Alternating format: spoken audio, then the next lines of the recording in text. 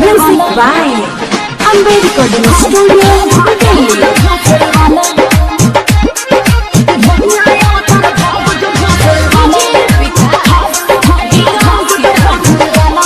अरे चूला पटू काहे इतना, अरे चूला पटू काहे इतना कोहर तारू हाला।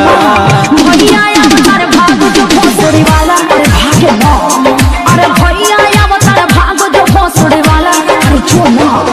अरे चूला पटू काहे इतना कोहर तारू हाला। भैया अवतार भाग जो भोसड़ी वाला, अरे भाग लो रे। भैया अवतार भाग जो भोसड़ी वाला, अरे बन तो बवरिया उखाड़ लो।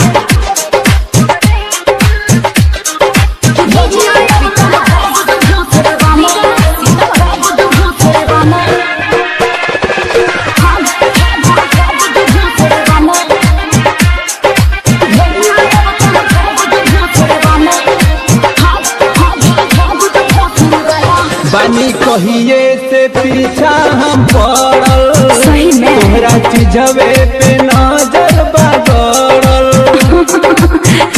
पागल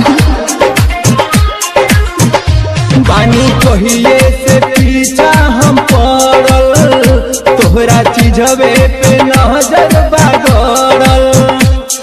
अरे घर बस चली जब सज धज हो, टुकु टुकु देखल बड़ा बेलज हो। प्यार से नहीं मनबू तो हम कोहरे में जबर घुटाला। भैया अवतार भाग जो भोसड़ी वाला, हबे ना भैया अवतार भाग जो भोसड़ी वाला, अरे लोला कुचा जाई लोला जाए दे। भैया अवतार भाग जो भोसड़ी वाला, भाग जो भोसड़ी वाला,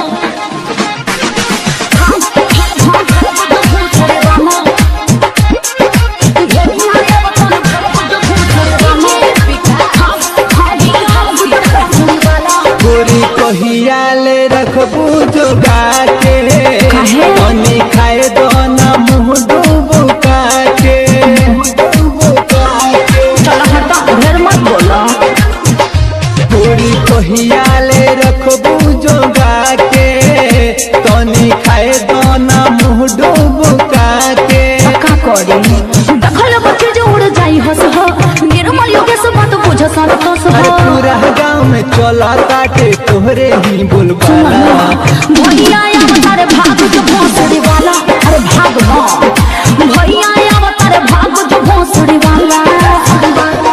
अरे चूला पटू काहे इतना, अरे चूला पटू काहे इतना कोहर तारू हाला। अरे भैया